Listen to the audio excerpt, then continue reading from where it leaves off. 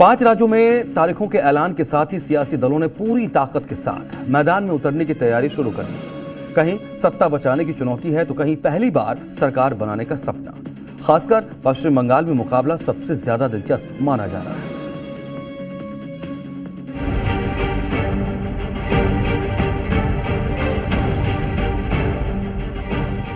पांच राज्यों में वोट युद्ध, बज गई रणभेरी। बंगाल में चुनाव, किसका चलेगा दांव? ऐलान हो गया है 5 राज्य, 17 करोड़ 40 लाख मतदाता और 824 सीटें। चुनावी मैदान सज गया है और वोट युद्ध का आगाज हो चुका है। चुनाव आयोग ने 5 राज्यों के चुनाव की तारीखों का ऐलान कर दिया। असम, तमिलनाडु, पुडुचेरी और केरल में एक चरण में चुनाव होगा, तो वहीं पश्चिम बंगाल में 2 चरण में चुनाव कराए जाएंगे और पांचों ही राज्यों के चुनाव परिणाम 4 मई को आएंगे। यानी इस बार 4 राज्यों में सिंगल फेज में चुनाव होंगे, तो बंगाल में 2 चरणों में चुनाव कराए जाएंगे। चुनाव की तारीखों के ऐलान के साथ ही आचार संहिता लागू कर दी गई। अब जरा डिटेल में जान लीजिए कि राज्यों में कब वोटिंग होगी और कब नतीजे आएंगे। असम में 9 अप्रैल को मतदान होगा, नतीजे 4 मई को आएंगे। केरल में भी 9 अप्रैल को वोट डाले जाएंगे और यहां भी नतीजे साथ ही 4 मई को आएंगे। पुडुचेरी में 9 अप्रैल को एक चरण में मतदान होगा और नतीजे 4 मई को ही आएंगे। और दक्षिण के बड़े राज्य तमिलनाडु में 23 अप्रैल को एक ही चरण में चुनाव कराया जाएगा और यहां भी नतीजे 4 मई को ही आएंगे। लेकिन सबसे ज्यादा सियासी नजर टिकी है पश्चिम बंगाल पर, जहां चुनाव 2 चरणों में होंगे। पहला चरण 23 अप्रैल को तो दूसरा फेज 29 अप्रैल को, और यहां भी नतीजे 4 मई को ही आएंगे। West Bengal, the 294 assembly constituencies, the polling shall be held in 2 phases. The date of poll shall be 23rd of April and 29th of April, and the counting shall be together for all, that is 4th of May. इस बार के चुनाव में सबसे ज्यादा सियासी नजरें पश्चिम बंगाल पर टिकी हैं, क्योंकि यहाँ मुकाबला बेहद हाई वोल्टेज और दिलचस्प होने की उम्मीद है। वोट की जो रिजल्ट घोषणा होगी वो होगी 4 में। पहली जो डेट है 23 अप्रैल, उसकी देखा जा रहा है उस डेट में 152 सीट पर इलेक्शन होगी। दूसरा जो चरण रहेगा उस पर 142 सीट में घोषणा होगी, ऐसा इलेक्शन कमीशन की तरफ से घोषणा की गई है। बीजेपी जहां बंगाल में पहली बार सरकार बनाने के लिए पूरी ताकत लगा रही है, वहीं टीएमसी का लक्ष्य सत्ता में अपनी लगातार पकड़ बनाए रखना है। दूसरी तरफ कांग्रेस और लेफ्ट पार्टियां भी चुनावी मैदान में उतर चुकी हैं, जिससे यहां का मुकाबला और भी त्रिकोणीय और दिलचस्प होता नजर आ रहा है। इसके अलावा हुमायूं कबीर भी अपनी नई पार्टी के साथ मैदान में उतरकर मुस्लिम वोट बैंक को साधने की कोशिश में है, जिससे बंगाल की राजनीति में नया समीकरण बनने की चर्चा तेज हो गई है। 5 राज्यों के चुनावी रण में सियासी दलों ने कमर कस ली है। अब देखना दिलचस्प होगा कि जनता सत्ता की चाबी किसे देती है और किसके हाथ लगती है जीत की बाजी, और इसके लिए 4 मई को आने वाले नतीजों का इंतजार करना होगा। ब्यूरो रिपोर्ट, जी मीडिया। 5 राज्यों में चुनाव की तारीखों का ऐलान हो चुका है और इसे लेकर अभी से जीत के दावे भी हो रहे हैं। गिरिराज सिंह ने अभी से ऐलान कर दिया है कि 5 राज्यों में बीजेपी की सरकार बनेगी। चुनाव आयोग के सामने वो चुनौती है कि टीएमसी के गुंडे वहां पे ठीक ढंग से काम करें, वोटर को धमकाए नहीं, वोटर को भड़काए नहीं। चुनाव इस बार बंगाल में भारतीय जनता पार्टी जीतेगी भारी बहुमत से। 95 चुनाव हारने के बाद अब सैकड़ा लगने जा रहा है। कांग्रेस पार्टी, राहुल गांधी, जो निगेटिविटी देश के खिलाफ और हमेशा जो देश के विकास के खिलाफ बोलना, संवैधानिक संस्थाओं के खिलाफ बोलना, अब देश उनका सैकड़ा लगाने जा रहा है। सीधा सीधा स्पष्ट है, बंगाल की जो स्थिति है कानूनी व्यवस्था की, उसको देखते हुए 2 चरणों में चुनाव आयोग ने फैसला किया है। मैं उस फैसले का स्वागत करता हूं और भारतीय जनता पार्टी पूरी ताकत के साथ 5 राज्यों में चुनाव लड़ेगी और हमारे निर्णय, जनता का निर्णय जो है, मैंडेट, वो भारतीय जनता पार्टी की तरफ आएगा। मिडिल ईस्ट में चलता युद्ध जमाखोरों और कालाबाजारियों के लिए मुनाफे का सबसे बड़ा मौका बन गया है। जमाखोरों ने पैसे कमाने के लिए इस बार आम जनता की सबसे बुनियादी जरूरत गैस सिलेंडर को चुना। मुनाफाखोर जानते थे कि मिडिल ईस्ट में जंग की शुरुआत होते ही दुनिया में तेल और गैस की शॉर्टेज होगी और इसी आपदा को देश के कालाबाजारियों ने अवसर बनाने की कोशिश शुरू कर दी और देश में गैस सिलेंडर की कमी की अफवाह उड़ाकर आम जनता में खलबली मचाने की पूरी कोशिश शुरू की है।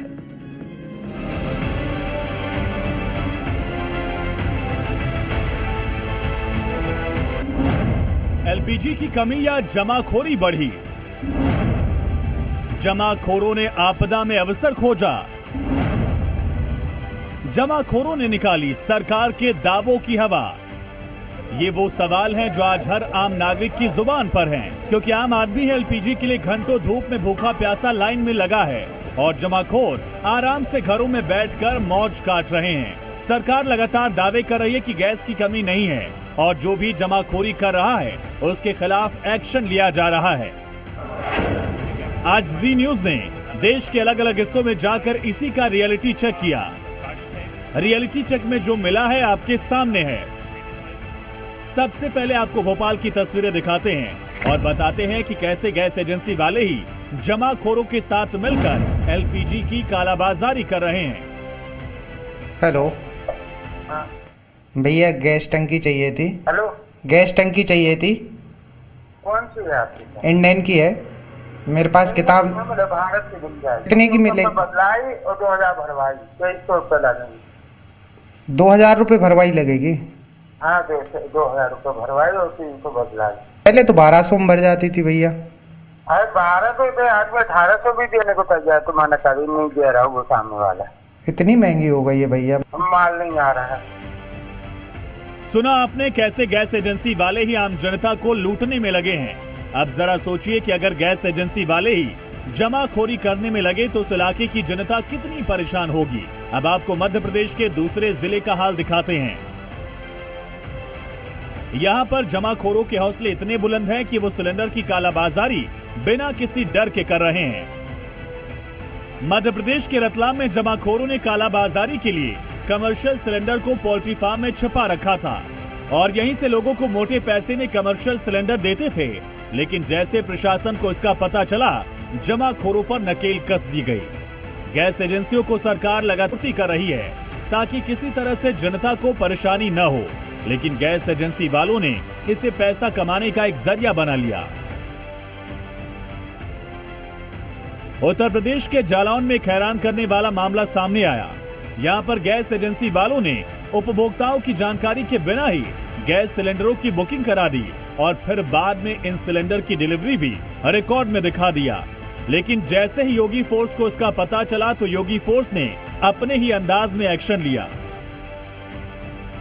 जमाखोरों और अफवाह ने देश में खलबली मचा दी है। लोगों के दिलों में चूल्हा नहीं जलने का, खाना नहीं बनने का बेवजह का डर घर कर गया। आम जनता को एलपीजी को लेकर किसी तरह की परेशानी न हो, उनके घरों का चूल्हा आसानी से जले, इसके लिए उत्तर प्रदेश में योगी आदित्यनाथ ने अपनी फोर्स को मैदान में उतार दिया है, जो जमाखोरों और गैस सिलेंडर की कालाबाजारी करने वालों पर नकेल कस रही है। कि ये बड़े सिलेंडर्स घरेलू जो एलपीजी है वो है, ऐसे ही छोटे सिलेंडर्स यहाँ पे हैं, वहाँ पे हैं। तो कुल मिलाकर बात ये है कि अभी भी स्थिति कंट्रोल में है। उसको बिगाड़ने की कोई अगर बात कर रहा है, अफवाह फैला रहा है, कुछ जगहों पर तो है, वाकई है, दिक्कतें हैं, लेकिन बहुत सी जगहों पर स्थिति को कंट्रोल करने की कोशिश की गई है। तो वहीं जम्मू की बात करें तो यहाँ पर भोपाल से एकदम अलग ही तस्वीर दिखी। यहाँ पर आम दिनों के जैसे ही गैस की सप्लाई हो रही है। यहाँ पर गैस एजेंसी पर आम दिनों के जैसे ही लोग आ रहे हैं, आराम से गैस सिलेंडर ले रहे हैं। रोज़ की 16 गाड़ियां गैस आती थी, वैसे ही आ रही है। रोज़ की 35 से 45 गाड़ियां जो हैं वो फिल होती थी सिलेंडर्स की, वैसे ही हो रही हैं और प्रॉपर सुचारू रूप से यहां पर गैस सप्लाई यहां से हो रही है। ये दिखाता है रियलिटी चेक कि किसी तरह की परेशानी नहीं है। र्यूमर्स पर, अफवाहों पर विश्वास ना करें। अफवाह गैंग इस वक्त देश के अलग अलग हिस्सों में पैनिक बटन दबाने का काम कर रही है।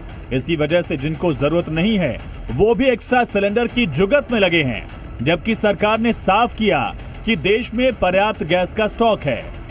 लेकिन जमाखोर गैस एजेंसियों के साथ साठगांठ करके आम जनता को परेशान कर रहे हैं। शहर शहर सिलेंडर की जमाखोरी के खिलाफ छापेमारी चल रही है, एक्शन लिया जा रहा है। राजस्थान के धौलपुर में भी ऐसा ही दिखा। यहाँ प्रशासन ने एक्शन लेते हुए 2 दुकानदारों से 12 घरेलू गैस सिलेंडर जब्त किए। जी न्यूज ने रियलिटी चेक में पाया कि देश में सिलेंडर की कमी नहीं है, सिलेंडर की कमी दिखाने की साजिश है, जमाखोरी है। इसलिए हमारी भी आपसे अपील है, सिलेंडर को लेकर आने वाली सोशल मीडिया की अफवाहों पर ध्यान ना दें और गैस की बचत करते हुए सही वक्त पर ही अपना सिलेंडर बुक करवाएं। ब्यूरो रिपोर्ट, जी मीडिया।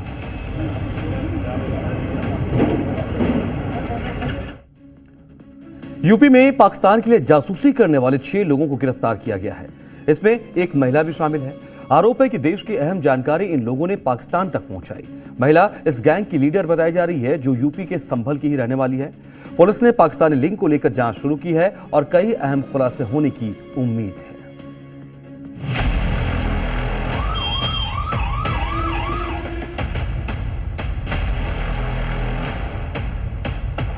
योगी राज में मुनीर के जासूस कैसे पहुंचे? महिला जासूस का संभल कनेक्शन क्या? दिल्ली और एनसीआर के संवेदनशील इलाकों के फोटो और वीडियो पाकिस्तान को भेज रही थी। गैंग लीडर महिला समेत 6 आरोपियों पर शिकंजा। दीपा सराय की रहने वाली इरम उर्फ साने महराज को पाकिस्तान के लिए जासूसी करने के आरोप में गिरफ्तार किया है। यूपी के संभल का दीपा सराय एक बार फिर चर्चा में है और इसकी वजह है पाकिस्तान से आतंकी लिंक। तस्वीर में जो लोग दिखाई दे रहे हैं उन्हें पाकिस्तान के लिए जासूसी के आरोप में गिरफ्तार किया गया है। सबसे अहम बात ये कि तस्वीर में जो महिला दिखाई दे रही है उसे गैंग लीडर बताया जा रहा है। इस महिला का नाम साने इरम है, जो संभल के दीपा सराय में रहने वाले ट्रक चालक फैजान की पत्नी है। गाजियाबाद पुलिस ने इस पूरे गिरोह का पर्दाफाश किया।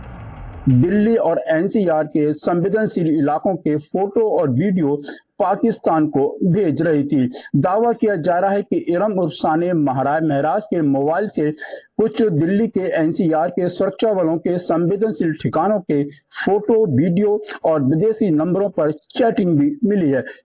पुलिस को इन लोगों को लेकर लोकल इनपुट मिला था। इन पर देश विरोधी गतिविधियों में शामिल होने का आरोप है।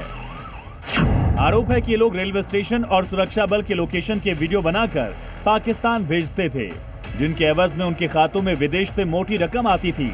आरोपी सुहेल के मोबाइल से दिल्ली के रेलवे स्टेशन और आर्मी कैंट एरिया के फोटो, वीडियो, सुरक्षा बल के लोकेशन की फोटो मिली है।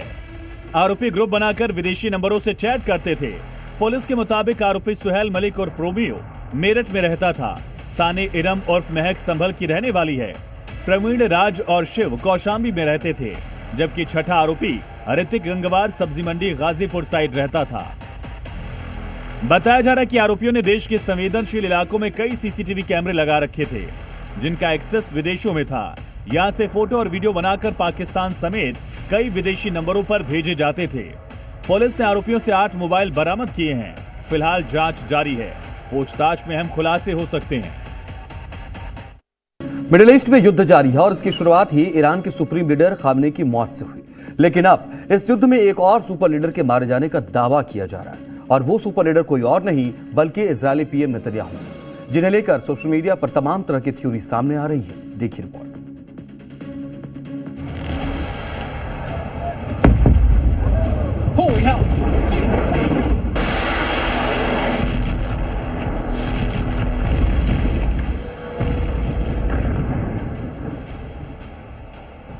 क्या मिडिल ईस्ट की जंग ने एक और सुपर लीडर की बलि ले ली है? क्या ईरान ने अपने सबसे बड़े दुश्मन को मौत के घाट उतार दिया? क्या अयातुल्लाह खामनेई की मौत का आधा इंतकाम पूरा हो गया?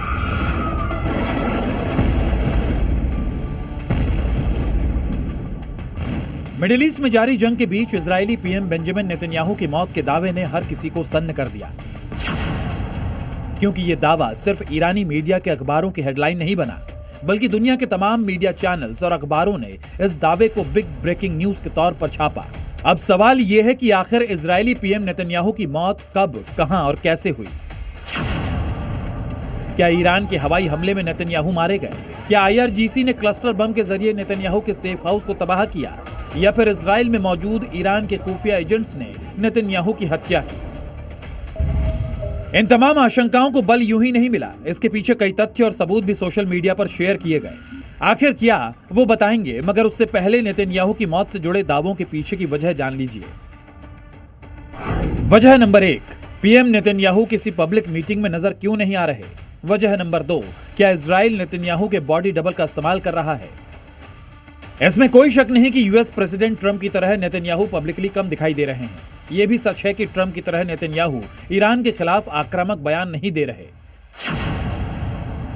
लेकिन गौर करने वाली बात यह है कि 13 मार्च को बेंजामिन नेतन्याहू ने अपने एक्स अकाउंट पर एक वीडियो शेयर किया, जिसमें वो ईरान से जारी संघर्ष को लेकर बात कर रहे थे, और इसी वीडियो को नेतन्याहू की डेथ मिस्ट्री से जोड़कर देखा जाने लगा। क्योंकि वायरल वीडियो में नेतन्याहू के दाहिने हाथ में 6 उंगलियां दिखी, लिहाजा किसी ने नेतन्याहू के वीडियो को AI जनरेटेड बताया, तो किसी ने वीडियो में नेतन्याहू के बॉडी डबल का दावा किया। इतना ही नहीं, इजरायली प्रधानमंत्री नेतन्याहू की हत्या की अफवाहें तब और तेजी से फैलने लगी जब अमेरिकी कंजर्वेटिव कमेंटेटर कैंडिस ओन्स ने सोशल मीडिया पर एक पोस्ट करते हुए इजरायली सरकार पर सवाल उठाए। बीबी कहां हैं? उनका कार्यालय उनकी नकली AI वीडियो क्यों जारी कर रहा है और फिर डिलीट क्यों कर रहा है? और इस वक्त व्हाइट हाउस में इतनी घबराहट क्यों है? अमेरिकी कंजर्वेटिव कमेंटेटर की इस पोस्ट के साथ ही बेंजामिन नेतन्याहू की मौत से जुड़ी अफवाहें उफान मारने लगी, जिसके बाद इजराइल के पीएमओ को बयान जारी करना पड़ा और सोशल मीडिया पर इजरायली पीएम की मौत के दावे को खारिज करना पड़ा। इजराइल ने अपने सोशल मीडिया पर वायरल वीडियो को फेक बताया और दावा किया कि नेतन्याहू पूरी तरह स्वस्थ और सुरक्षित हैं। लेकिन इस बयान के बाद खलीफा की ब्रिगेड यानी IRGC ने एक बयान जारी किया, वो ये कि अगर नेतन्याहू जिंदा है तो हम उसका पीछा करते रहेंगे और मार देंगे। मतलब यह कि ईरान अपने सुप्रीम लीडर आयतुल्लाह खामेनी की मौत के बाद से ही नेतन्याहू के खून का प्यासा हो चुका है। ईरान की हुकूमत, ईरान के नए खलीफा और ईरान की सेना का सिर्फ एक मकसद है, इजरायली पीएम नेतन्याहू की मौत। और अपने इसी मकसद को पूरा करने के लिए ईरान ने मिडिल ईस्ट की जंग में पूरी ताकत झोंक रखी है ताकि नेतन्याहू का खात्मा कर सके। लेकिन ये इतना आसान भी नहीं होगा। ब्यूरो रिपोर्ट, जी मीडिया।